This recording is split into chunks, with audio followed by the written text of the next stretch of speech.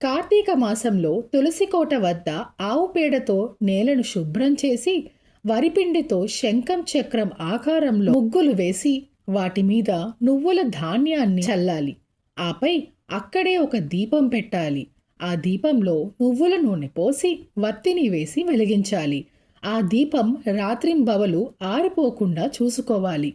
దానిని నందాదీపం అంటారు.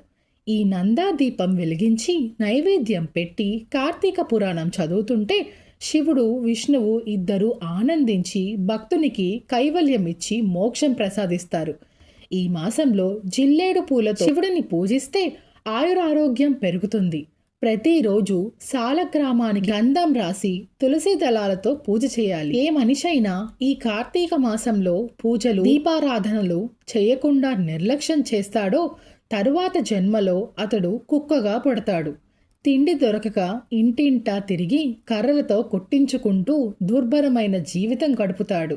కాబట్టి ఓ రాజా, నెల రోజులు పూజ చేయలేని వారైనా సరే ఒక సోమవారమైన భక్తితో శివకేశవులను పూజిస్తే పూర్తి కార్తీక మాస పూజ చేసినంత ఫలం పొందుతారు.